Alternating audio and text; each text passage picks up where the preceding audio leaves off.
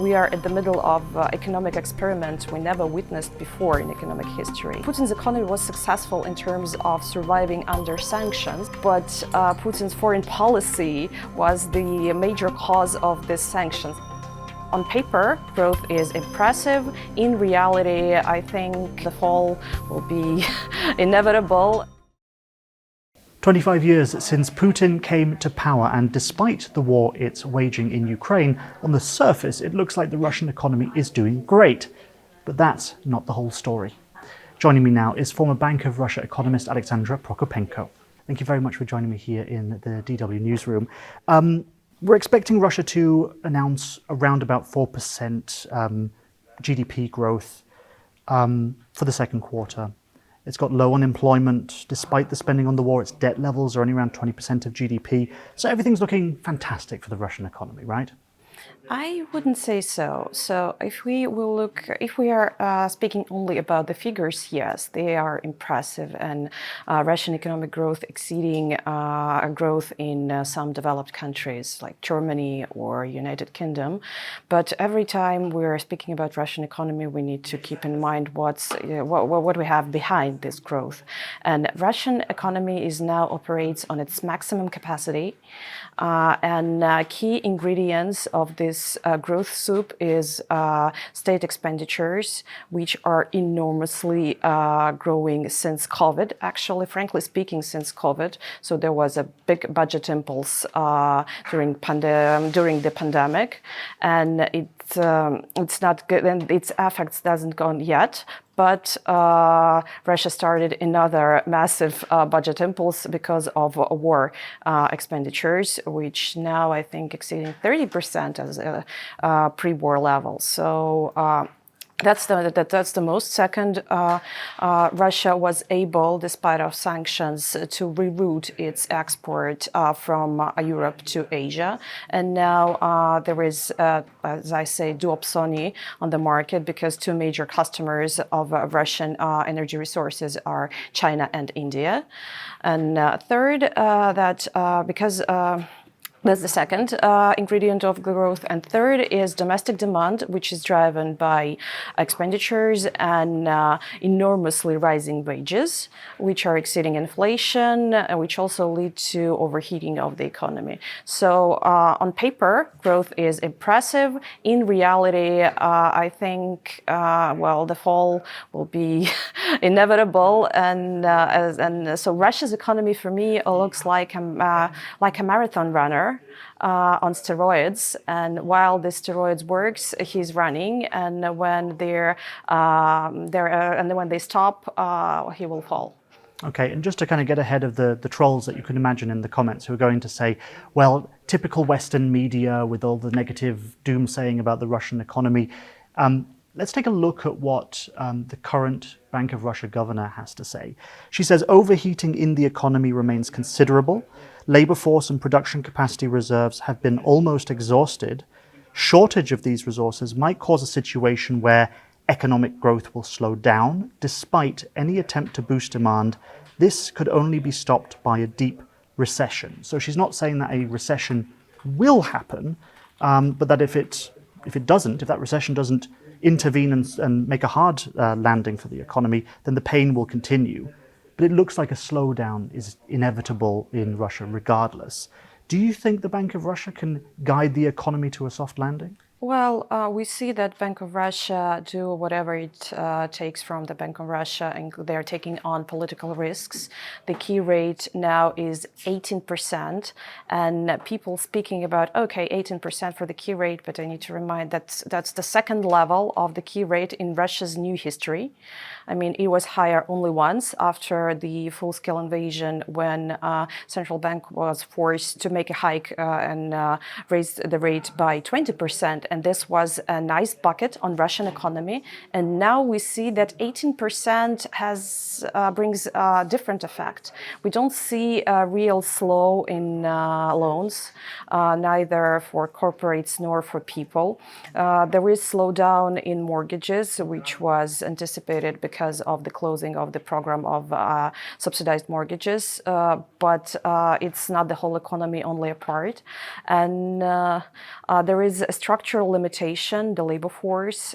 So there is literally no one to work in Russia, and there are three competing powers within Russian market who are now looking for PU4 workers. First, it's army itself, and we see the race between Russian regions that they are raising payments for contractors for the army, which means that, well, it seems like recruiting goes not so well, and they need to attract people with more and more payment. Second, it's military industry complex, which operates on its maximum capacity.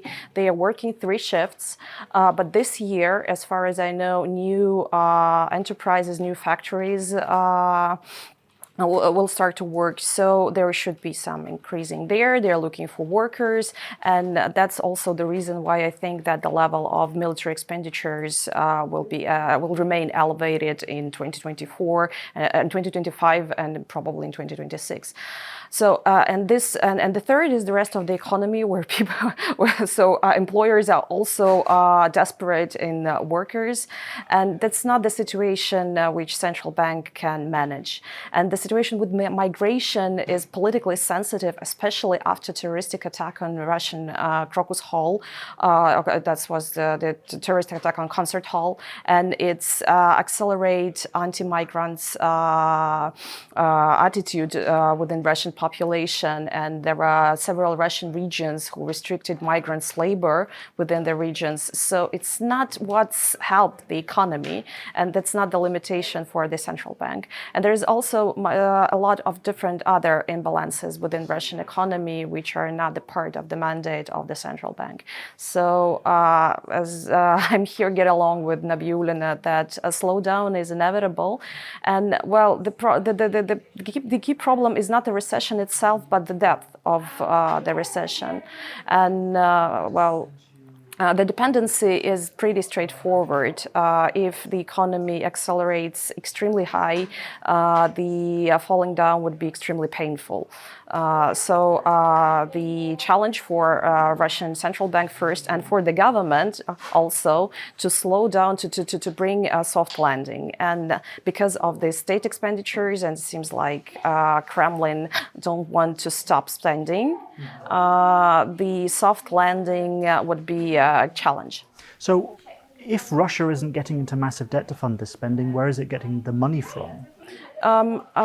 So 2 major sources. First is export revenues. We see that it's not falling down, it's not decreasing significantly, it's not growing, of course. But China and India get from Russia, and they can dictate discounts. They can get some favorable conditions for them. But this is the major source. Second is economy itself. So even because it's accelerated, the business activity is high. So businesses are paying taxes, and we see that so-called non-oil and gas part of the budget is also growing. But of course, it's also accelerating inflation, which is a problem. So I don't think that this source of income, non-oil and gas, would be sustainable. It's highly dependent on the pace of economic growth, and so yeah. So has this switch, would you say, from Western partners to Eastern partners, well, especially India, China, to some extent the growth with Turkey as well, that this has been a massive success for the Russian government? Certainly went far better than the West had expected when it started implementing its sanctions. It thought that it could choke off important parts of the Russian economy, and that's not quite happened. I couldn't say that success is to lose a big part of the world as a customer, but it was impressive because it took a little time for Russian both government and business to reroute logistics, to find new suppliers, to find new schemes in terms of financing, and every time they are, and we see that sanctions. I cannot say that sanctions failed, and we see that policymakers here in the West adjusting sanctions, and and they're tightening the loop. But every time Russian businesses and Russian government and their partners in China, in Turkey, and in Central Asian countries, they're adjusting to the situation. Well, if we cannot put aside the whole moral part of why we're here, why we're at this point, it's pretty impressive. And we are at the middle of economic experiment we never witnessed before in economic history. So they're adjusting, they are developing new schemes, they are developing new ways how to proceed business in a very tough environment. And all these ways, all this knowledge will remain even after the conflict between Russia and Ukraine would be resolved. So I want to go back to my first point, 25 years since Putin first came to power as president the first time round. Putinomics was known for its austerity budgets, paying down debt. It's put aside all of the corruption, conveniently just put that out of the way. But since the war started, he's obviously turned on the spending taps. He's had to. Yes. So it's a difficult question, but what's your economic verdict of 25 years of Putinomics? Well, obviously, the economy condition now it's different to the economy Putin get in 25 years ago. But because the actions of Russian government, well, guided by the Kremlin, it's actually so they are undermining the future well-being because it's more. It's to me looks like more let be a flood after us. So I don't think that Putin's economy was successful in terms of surviving under sanctions, but Putin's foreign policy was the major cause of these sanctions. And without sanctions, of course, we can talk about well-being, about prosperity, about economical efficiency. And now I think that Putin screwed his 25 years of success, and that's my verdict. The opportunity cost is massive. What could have been if it didn't go down this direction? Of course, the direction, the development of the economy without the war would be absolutely different, and people's well-being was absolutely different, and Russian integration to global supply chains, to global chains, intellectual chains was different. And now Russia cut off from all this stuff, and it's I don't know any good examples of autarkic development, and I think it's not because I read badly my textbook, but because there is no good examples at all. Okay, and my final question is, where should the Russian economy go next? What needs to be done in order to fix the economy, get it back on track? It won't be an easy task. Partly what the Bank of Russia can do, but also fiscally. What needs to happen to fix the economy? Well, first and foremost, so there is a room for improvement as long as economy turned into a heavily militarized economy very quickly. So it probably shows that some processes are not inevitable, are not irreversible, and it can go back on the civil footage. But first and foremost, the war should be stopped because the economic development now become a function of what's going on at the front line.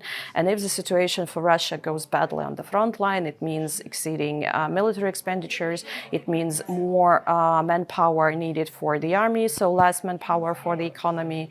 And with no particular success, I would say, at the front line. So the first and the foremost to stop the war and then try to clean up the mess. All right. Alexandra Prokopenko, thank you very much for joining me here today.